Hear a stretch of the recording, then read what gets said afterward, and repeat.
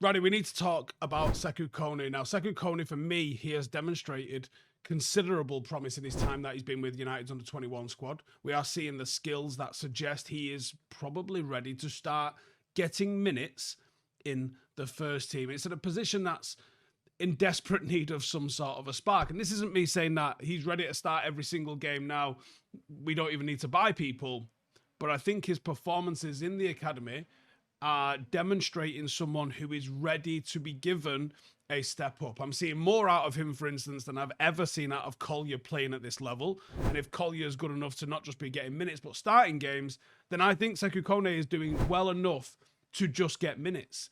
Now, what we are seeing with the stuff in the academy is impressive, and we're seeing an ability to influence games from midfield. The technical proficiency, particularly in ball carrying, really stands out. Now, he is a midfielder that is known for that dribbling ability and that ball carrying ability, which not only breaks down opposition lines, but also draws defenders out of positions, creates space for others. But the capacity to carry the ball with purpose, I think, is a massive highlight. And it really does lead to opportunities and promising attacking opportunities when we have got possession. His vision, his passing accuracy, those have been pivotal to how the under-21 team sets up. His ability to read the game, to execute those passes. It's a very high level of playmaking that we're seeing from him. And it's marking him out as a player that not just has physical capabilities to play first team football, but also a real good football brain and IQ, which is the hardest thing to develop in a lot of players. You see a lot of players with good technical ability and a lot of players with good physical ability, but the footballing brain and the IQ side of stuff is one of the things that makes it hardest to bridge from playing academy football to playing first team football. And the skill set that I think is particularly valuable if he was to play in Ruben Amorim's system is one that values midfielders who can transition from defence to attack very quickly.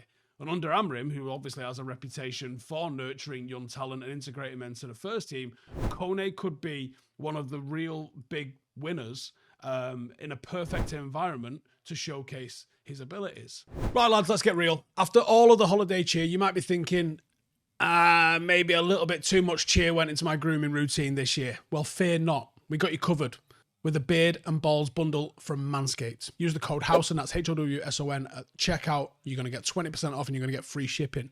And this bundle is your ticket to a fresh start. Say goodbye to the winter beard or keep it sharp with a beard hedger. And let's leave that holiday hibernation behind with the Lawnmower 5.0 Ultra. You don't need the extra fluff down there to stay warm no more. Join 11 million men worldwide who already trust Manscaped. Kick off the new year with a clean slate, and I mean literally with a clean slate. The Lawnmower 5.0 Ultra, you've heard of it? It's famous. It's famous for a reason. Think of it as your ball's new best friend. This thing glides you over even the roughest terrain, if you know what I mean. It's got 2 skin-safe blade heads for a close shave or a trim, and it's got a dual LED spotlight. That is a game changer. Plus, it's waterproof, so no more messing about with the bathroom counter after you shower. Take it in there and get it nailed off with you as well. It's got a travel lock, perfect for keeping the thing tidy on post-holiday getaways. And a beard hedger, ready to tame that wild man? The beard hedger is what you need to do. It's got titanium and coated T-blade, which gives you the ultimate in control. No more messing around with guard attachments. Just use the built-in zoom wheel for the perfect length every single time. And with 60 minutes of runtime, you're good to go at it for an entire month. Plus, Manscaped offers a 30-day money-back guarantee, so you can try it risk-free. So there you have it.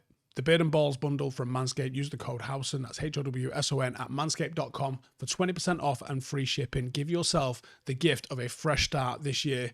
You deserve it, mate. And now what sets him apart is also what could make him a real asset at United. He's got that unique blend of physicality and technique, and as we were saying, that mental IQ as well is there for him. He's got a real strong frame, he's got a real low center of gravity that allows him to get his body across the ball. Very Paul Pogba-esque in the way that he gets his body in front of the ball, uses those legs to keep people at bay and maintain possession under pressure. It's a trait that I think is going to be valuable when it comes to winning physical battles in the Premier League.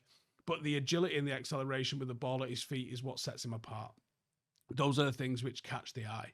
And in a midfield that's often dominated by players that are either technically skilled or physically dominant, Kone genuinely provides a little bit of a combination of both in a very young frame, it must be said as well. You've got to presume he's going to develop more strength and more physicality as he ages. That makes him a real viable and versatile option for Amorim in the tactical setup that he wants to play.